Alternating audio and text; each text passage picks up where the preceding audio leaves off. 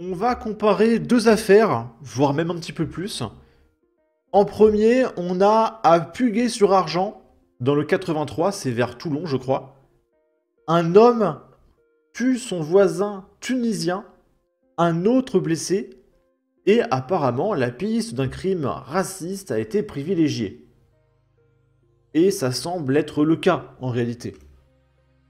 Selon BFM Toulon-Var, un homme de 53 ans a ouvert le feu sur ses deux voisins le samedi 31 mai à Puguet-sur-Argent, dans le Var, tuant l'un d'eux et blessant l'autre. La victime décédée serait un homme, possiblement âgé de 35 ans, de nationalité tunisienne selon le procureur. L'autre victime, un homme de 25 ans, de nationalité turque, a été blessé à la main. Avant et après les faits, l'auteur présumé avait publié deux vidéos au contenu raciste et haineux sur un réseau social. Sa femme a confirmé qu'il était excédé par la présence d'étrangers dans le quartier. Il a pris la fuite en voiture avec plusieurs armes à bord, un pistolet automatique, un fusil à pompe, une arme de poing, avant d'être interpellé par le GIGN. Le suspect, adepte du tir sportif, a été placé en garde à vue prolongée. Une information judiciaire va être ouverte pour meurtre et tentative de meurtre commis en raison de l'appartenance supposée à une ethnie, une nation, une race ou une religion. Le parquet indique que les qualifications seront susceptibles d'évoluer. Directement, SOS Racisme a réagi en dénonçant un double crime, qui ne serait pas un coup de tonnerre dans un ciel bleu, mais le fruit d'une banalisation du racisme. Le président de l'association, Dominique Sopo, appelle les politiques et les médias à ne plus marginaliser la parole antiraciste. Et vous noterez que là, on a lu un article de F de Souche. Parce que F de Souche ne fait pas un tri dans ce qu'on peut appeler, si vous voulez, j'aime pas ça, mais les faits divers. Donc quand il y a un Tunisien qui prend un coup douce de la part d'un méchant pas beau qui vote Rassemblement National, et bah F de Souche va en parler. Par contre, SOS Racisme et les députés de la France Insoumise, eux, ne vont réagir que dans ces cas-là. Et c'est d'autant plus flagrant que c'est des cas assez rares. Ça arrive... Là, il y a eu Aboubacar il y a un mois. Mais je veux dire, avant Aboubacar, il n'y avait rien eu avant Naël, quoi. Donc en moyenne, ça arrive une fois par an, quoi. Donc quand il y a tous les députés de la France Insoumise et SOS Racisme qui arrivent en meute en même temps une fois par an, c'est assez flagrant qu'ils ne réagissent qu'à un certain type d'événement. Et du coup, on a vraiment tous les députés de la France Insoumise qui sont sortis de leur tanière et on va lire leurs réactions, comme par exemple Manuel Bompard, député de la France Insoumise. Ignoble meurtre méchant dans le Var. Pensez aux proches de la victime et à une seconde personne blessée par balle. Honte à ceux qui attisent la haine dans les médias ou au sein même du gouvernement. La méchanceté tue. Et il y a un mec qui dit le responsable c'est Bruno Retailleau. Jean-Luc Mélenchon qui nous dit infâme meurtre méchant dans le Var.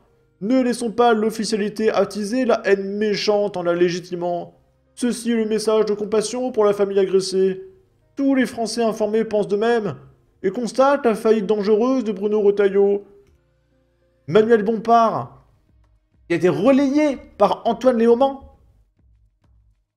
Hein, parce que flemme d'écrire un communiqué, on va répéter ce que disent les copains. Emmanuel Fernandez, député LFI Nouveau Front Populaire. La nuit dernière dans le Var, un homme a été tué uniquement parce qu'il est tunisien, un autre uniquement parce qu'il est turc. J'adresse mes pensées à leurs proches. Honte à l'extrême droite et aux membres du gouvernement qui répandent la méchanceté. Dégoût devant l'invisibilisation de ce crime abject. Manon Aubry, un Tunisien tué par un homme qui diffuse des vidéos méchantes dans le Var. C'est là où j'ai grandi. J'ai vu s'y diffuser ces paroles méchantes depuis le plus haut sommet de l'État. Toutes mes pensées à la famille de la victime. La méchanceté tue. Ceux qui l'encouragent sont complices. Marina Mesure, eurodéputée présidente délégation de LFI au Parlement européen. Dans le Var, un homme a été tué uniquement parce qu'il est tunisien, un autre uniquement parce qu'il est turc. C'est un crime méchant. nourri de discours nauséabonds martelés sur les plateaux TV et présents jusqu'au sein du gouvernement. Pensée émue pour les victimes et leurs proches. La méchanceté tue. Alors, il va y avoir une enquête. Je pense que c'est un peu plus compliqué que ça. Je pense qu'il y avait des tensions avec le voisin. C'est même certain. Après, ça justifie pas l'acte, hein. Mais, quand tu vois tous les députés LFI qui te disent uniquement parce qu'il est tunisien, ça sent un petit peu la fake news. D'ailleurs, ils réagissent tellement au quart de tour que c'est même très probable, j'ai envie de dire. Ali Douara qui ne sait pas ce que c'est un chiffre d'affaires. Toujours aucune réaction officielle du ministre de l'Intérieur. Bah oui, en fait, parce que l'enquête n'a même pas commencé. Celui qui, à l'accoutumée, tweet plus vite que son ombre, se révèle encore une fois, comme pour Aboubacar, étrangement silencieux, étonnant. Oui, et comme pour Aboubacar, c'est peut-être une fake news, on sait pas. Parce que Aboubacar, on rappelle que c'est une fake news, Ali Douara. Je sais que c'est compliqué à comprendre pour un mec qui ne sait pas ce que c'est un chiffre d'affaires, mais ça fait environ 30 jours que tout le monde sait que c'était une fake news. C'était un migrant bosnien qui a planté un clandestin. Rien à voir avec l'extrême droite. Rien à voir avec ces news, les médias, Bruno Retailleau, etc. Thomas Porte. Dans le Var, la méchanceté vient à nouveau de tuer. Pas un mot du ministre Retailleau. Le même qui dégaine dans la seconde quand il s'agit d'attiser la haine. Ce n'est pas un ministre de l'Intérieur, c'est le porte-voix de l'extrême droite et des idées de la haine. Bruno Retailleau est un danger pour la République. Nadège Abomangoli. L'horreur d'un assassinat raciste dans le Var. Solidarité envers les proches de la victime. Et pensée pour la seconde personne blessée par balle. Toute la lumière doit être faite et justice rendue. Le passage à l'acte est le résultat d'un climat nauséabond. Le sursaut est urgent. Ok. Je voulais insister sur le fait qu'il y ait vraiment tous les députés LFI, tous, systématiquement, qui réagissent tous ensemble quand il y a un membre d'une certaine communauté qui est victime. Et que ça se remarque, d'autant plus que ça arrive une fois par an. Maintenant, on va comparer ça avec Benoît. Benoît, il avait 17 ans, et il s'est fait planter dimanche à Dax, après qu'une altercation a éclaté au sujet de sa casquette qu'il ne voulait pas donner. Donc en France, si vous refusez de donner votre casquette, votre vie s'arrête là. Est-ce qu'il pourrait y avoir un député de la France insoumise qui pourrait montrer un intérêt quelconque à cette affaire? Non. Parce que la France insoumise en a strictement rien à foutre quand ça n'alimente pas leur électorat. Tout ce qui intéresse la France insoumise, c'est de gagner des intentions de vote. Ces gens sont des ordures, et je pèse mes mots. Son agresseur a sorti un couteau et l'a planté à plusieurs reprises, et on a même la vidéo que je ne peux pas montrer, évidemment. Là, on a une bande de mecs qui se sont incrustés dans un barbecue, alors que personne n'a demandé leur présence.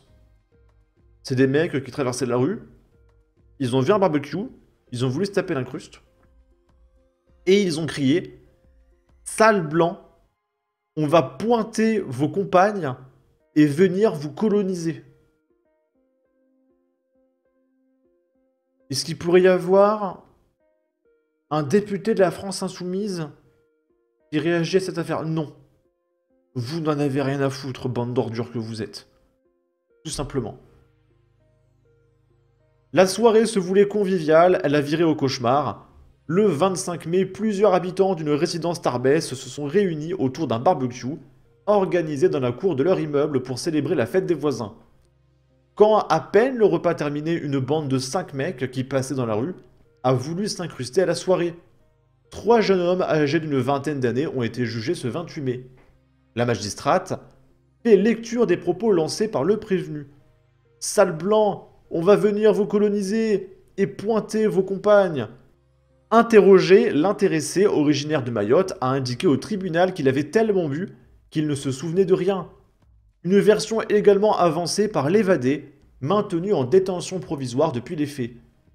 Mais pourquoi être allé chez ces gens pour les agresser ainsi gratuitement, a questionné la juge. Le troisième homme, qui a reconnu avoir porté des coups à un habitant de la résidence, a assuré qu'il a été provoqué par le groupe de voisins. Une version contredite à la barre par le jeune homme victime et sa compagne. Ils sont venus nous demander une cigarette. Ça se voyait qu'ils avaient bu ou pris quelque chose. Le ministère public a sollicité des peines exemplaires, notamment pour 2 des prévenus, connus pour des faits de violence. L'évadé a été sanctionné par 12 mois de prison ferme. Les 2 autres prévenus ont écopé de peines allant de 8 mois avec sursis, donc rien, à 6 mois ferme, aménageable, en détention à domicile sous surveillance électronique. Donc en gros, bracelet électronique, donc rien. Les 3 comparses âgés d'une vingtaine d'années ont été placés en garde à vue, etc., etc. Ok.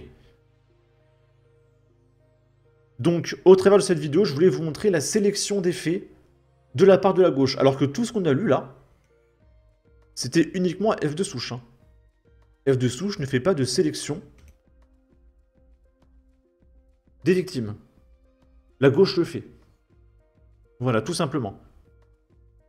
Sur ce, n'hésitez pas à donner votre avis, votre opinion, à partager, liker, commenter. Ça aidera au référencement de la vidéo sur YouTube. Abonnez-vous, suivez-moi sur Twitter. Prenez soin de vous. Salut!